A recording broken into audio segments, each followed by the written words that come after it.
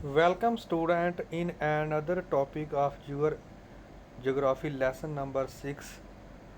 तो आज मैं ज्योग्राफी का लेसन नंबर 6 जो है इसका एक और नया टॉपिक करवाने जा रहा हूँ, दैट इज़ केमिकल इंडस्ट्रीज।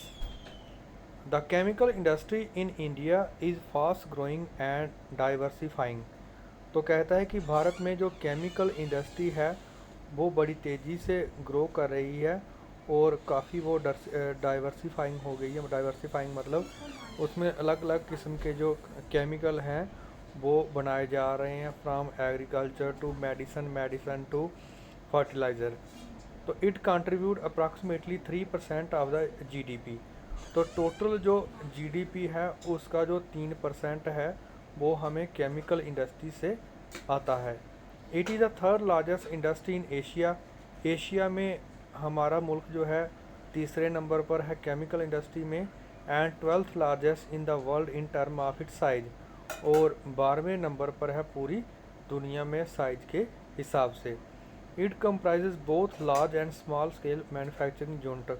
तो हमारे जहाँ पर जो है जो केमिकल इंडस्ट्री है इसके बड़े कारखाने भी हैं और छोटे भी हैं। Organic and inorganic sector of chemical industry are rapidly growing. तो इसकी जो दो ऑर्गेनिक और इनऑर्गेनिक सेक्टर हैं केमिकल इंडस्ट्री के, वो बड़ी तेज़ी से जो है ग्रो कर रहे हैं। ऑर्गेनिक केमिकल मतलब जिनका जो हिस्सा होता है जो हमें एनिमल से जहाँ प्लांट से मिलता है, तो इंक्लूड पेट्रोकेमिकल।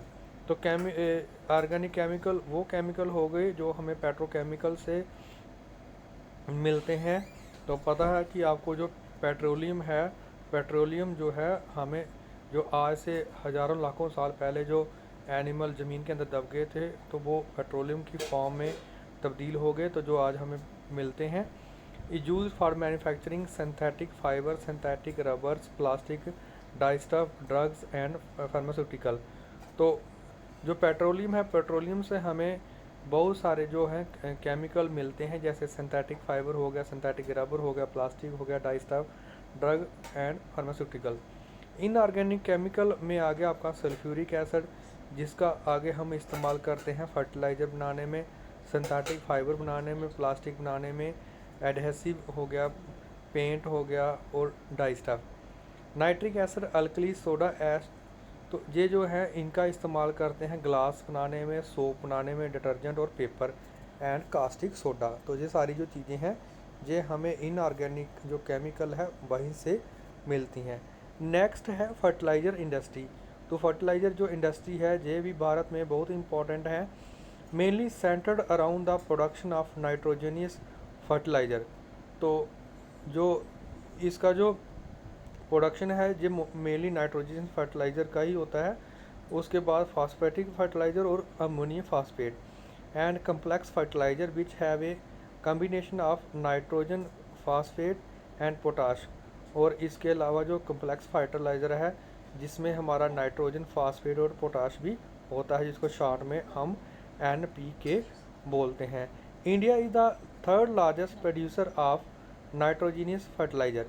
तो भारत दुनिया में तीसरा सबसे ज़्यादा जो है नाइट्रोजनियस फर्टिलाइज़र पैदा करने वाला मुल्क है। The fertiliser industry in India. तो जो भारत में फर्टिलाइज़र इंडस्ट्री है उसमें 57 जो फर्टिलाइज़र यूनिट्स हैं वो नाइट्रोजीनियस फर्टिलाइज़र बनाते हैं, 29 फॉर यूरिया, और यूरिया बनाने वाले 29 हैं, 9 फॉर प्रोड्यूसिंग अमोनियम सल्फेट, और 9 जो कारखाने हैं वहाँ पर अमोनियम सल्फेट फर्टिलाइज़र बनता है। 68 other small unit producing single super phosphate. तो जो 68 छोटे छोटे जो स्मॉल यूनिट हैं, कारखाने हैं, वहाँ पर सिंगल सुपर फास्फेट जो है फर्टिलाइज़र बनता है। Main state having the this industry are.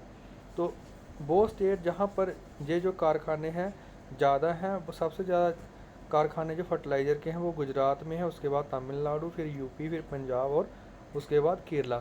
उसके अलावा जो फर्टिलाइज़र के कारखाने हैं वो आंध्र प्रदेश में भी हैं, उड़ीसा में, राजस्थान में, बिहार में, महाराष्ट्र में, असम, वेस्ट बंगाल, गोवा, दिल्ली, मध्य प्रदेश और कर्नाटका। इसी के साथ ये वाला टॉपिक यहीं पर ख़त्म होता है।